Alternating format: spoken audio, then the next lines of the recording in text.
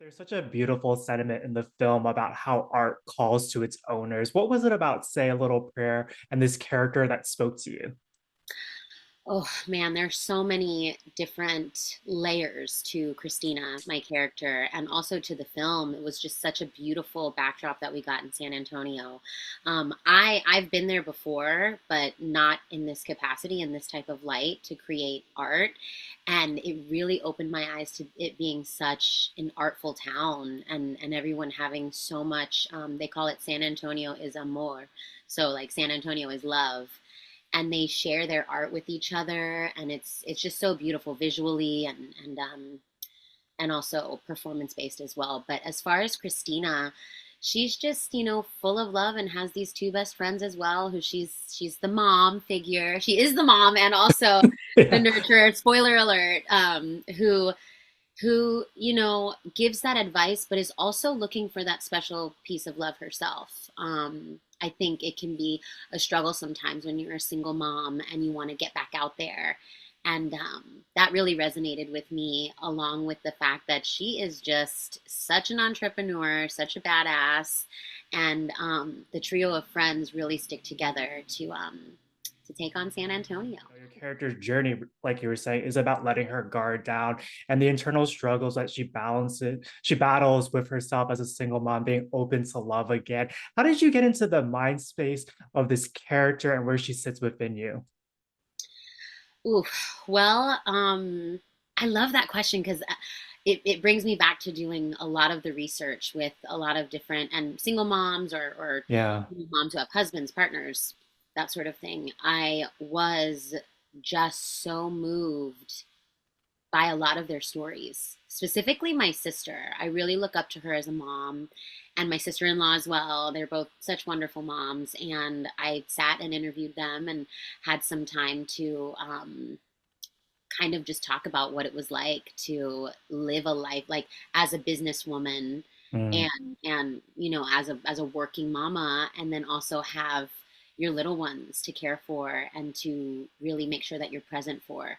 So a lot of that, the research in that, my family, and I would say she's Puerto Rican too, from the Bronx.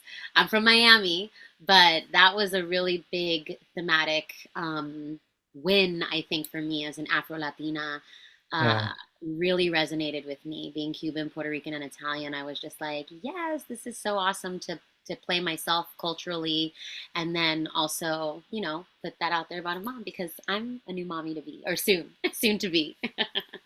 Congratulations again. And that's the perfect segue to this next question that I Oh, yeah. have for you. But it's so important for the media that we consume to reflect the world that we live in. And Nancy wrote this script to address the gap she noticed in the rom-com space where Latinos were underrepresented. What has it meant to you to know that you and everybody involved are ensuring that future generations will now be able to see themselves in this genre? Oh, goodness, it means so much to the entire team. Nancy, she's become so near and dear to my heart, a producer and writer who I also look up to and am so inspired by. It's funny because she'll say to you that she made this film out of anger. And it's funny to hear that because I've never heard that before, but she was angry. She's angry that that Latinas aren't the forefront, and if we are, we're put in this light or stereotype of Mhm. always being sad or hopeless, or the housekeepers, the which aren't bad occupations, but it's just over and over and over again, or the, I'm gonna say it, prostitutes, or something that's like either sexually led or led in a bad way to have like a negative light put on our culture. And it's been time for that to end. And she made three beautiful different cultures of Latina leading ladies, and rolling out the whole script and the story on that, I feel honored, I feel blessed. um, One of our lead producers, Christina Nava, Mexicana, Chicana, she is just so amazing and inspirational as well. And Patrick, our director, really let the women lead Mm. on this too. So it was so magical and such a blessing. It all kind of aligned right at the right time. Like you were just saying there, that representation is not only in front of the camera, but it is behind it as well. How does that comfortability and that environment allow you to take more creative risk in your performance and bringing that authenticity to the screen, especially in a genre where improvisation is really encouraged? Oh yeah, definitely. And it really truly was. There were a lot of moments there. When everyone watches it, you'll see some lines that are kind of definitely improv, but obviously give you that giggle or that laugh, and Yeah. bilingual as well. Um, it's kind of like an if you know, you know. Is that the way the kids are saying it? If you know, is that right? If you know, Yes. you know. I That's awful that I didn't know that. Anyways, no, as far as it being behind the camera too, I felt like it was so safe. Safe to be free, to make choices, to kind of like move in the space as Christina. And um I really love the fact that we became sort of a familia together. We all became a family, and really um in between, like behind the camera and behind the scenes, and in between takes, really got tight. Like everyone hung out together, we got to know each other, we shared traditions, really embraced the Tejano culture, which is Mexican, Texan. Yeah. um, and it was just such a new world for me, being from more of like a Caribbean side. I just was so enthralled with Tejano music, Tejano culture. Everyone really ensured that it was a safe space to be able to play with each other and have fun. Rewriting that narrative and also getting to show the diversity of the culture. And I know you also have desires to produce. I don't know if you've done it already, but how has kind of the work behind the scenes impacted the way that you approach your work on screen as an actor and vice versa? Oh, I feel like it's more normal now, if that Yeah. makes sense, because I feel like everybody heightens, acting and the entertainment industry and what we do to a place of it's untouchable, But if it feels untouchable, then you're not really creating a space where people can be themselves. So once it feels so real and kind of like an everyday job, it is just such a good pocket and a good place to be in. I think the entertainment industry can be a real bull, a real bear sometimes to break into. But I think we're normalizing it more. Let's normalize that, and talking to people who are not necessarily stars or celebrities, or have any of that to do with them. I just love my job. I think it's such a beautiful thing to be able to be blessed to do what I love by the grace of God. And also,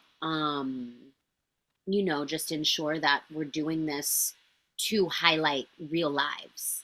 Yeah. We're not doing this for any of the fame or anything like that. It's to really put on a larger platform, on a world global, platform, who we are and who what our culture is. You touched upon this already, but there's a beautiful sisterhood between the three main characters, and I love how they hold space for one another. Who have been the women in your own life who've held space for you in a similar way? And did you channel them into that dynamic?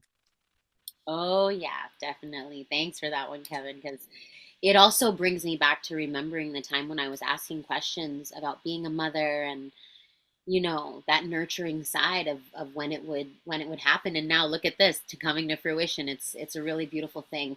My mother, my tias, which means auntie, my aunts, a couple of them. I have a amazing best friend. Her name is Liz, and she's just such a hardworking, badass woman. When you say boss woman, she is the epitome of it. And they all have children, and to do this and raise your child and show them that you're following your dreams and you're doing it, making a living for them to thrive as well, is just the epitome of a beautiful situation. So yeah, specifically my mom Jackie, hey girl, my sister Adriana, my sister-in-law Taylor, Liz, yeah, my grandmother. I have so many. The list goes on, and yeah. Hold on. And I Something that I've always appreciated about you is that you're an artist who wants to create, and you've worked on projects of all sizes. What is it about independent filmmaking that excites you as a creative and a storyteller? And how does kind of that environment fuel your artistic soul? Oh wow. It's really interesting because I love obviously taking on the Titans like Paramount and you know, a lot of the procedurals that I've done, NCIS, SWAT, um, multicam.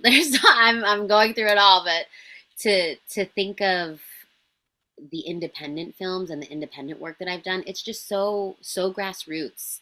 And so we all have to come together, and I understand more the work of the gaffers and lighting, and you know, you understand behind the camera. I can shadow the director sometimes. I can ask, but I have the more of the freedom to ask the questions that I want to, which I've gotten braver about in a big Mm, studio production. So I think it gives you that chance to experience more. It's ideal to see through the eyes of those occupations, through the eyes of everyone who's building this film or this show or series together. It's more I was gonna say relatable, but also very authentic, and you can reach out, you can yeah. approachable, they're more approachable, and I can ask these questions to the script supervisors and things like that. So I guess I would say just being able to really reach out to everyone who's working on the team in independent film. And it's cool to see the process, like post production, um you know, casting in the beginning. You don't really see that kind of stuff with big studio things, especially if you're acting in it. Mm. Um, but you get to see it, a lot of that process with independent filmmaking, investor stuff. What when I start creating and producing, you know, I'm a producer on a couple of things myself, and it's just it's very helpful to see how a lot of people do it their way too. I love that you put the art first always. And you've gotten to see this film with a live audience. And I think there's something so special about getting to experience that in a shared space. What was that like? Oh my goodness, there's nothing like it. I was actually just saying to our producer, um, I guess I can let.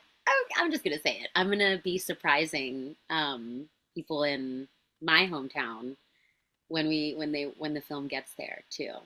I'm like saying it low, but hopefully once this blasts, I would have already done it. But either way, and I'm making it a moment to want to go see that and be with them because Lord knows I've seen the movie. I don't know. I can't even tell you how many times, but it's special to see their reactions, the audience reaction, and how they relate to it and how they feel and what they talk about after, like the different themes. It's so layered. I'll say that again, Kevin, because so many people can relate to different things, not just women, but men as well. You know, and not only in falling in love, but changing locations and being hopeful to find something, hopeful for anything for the future. It's a movie really truly about hope as well, and our culture. But I just get so excited each time I get to see an audience, you know, kind of get into it. I got one final question for you. Outside of Yeah. this project, what's next for you? Oh man. Besides bringing little Caleb into the world, it's. I think it might be my favorite production yet. But it's best role. No, I guess I would. You know, there's a lot of things coming up as far as working with friends on their productions that they're producing and building. But I'm just trusting God to let me you know, where the wind takes me. I'm ready. I really have an open heart for new projects. But there's a couple things in the works. I'm not gonna shout out too many names, but I have some friends who have really been working on a lot more things for the culture and Mm.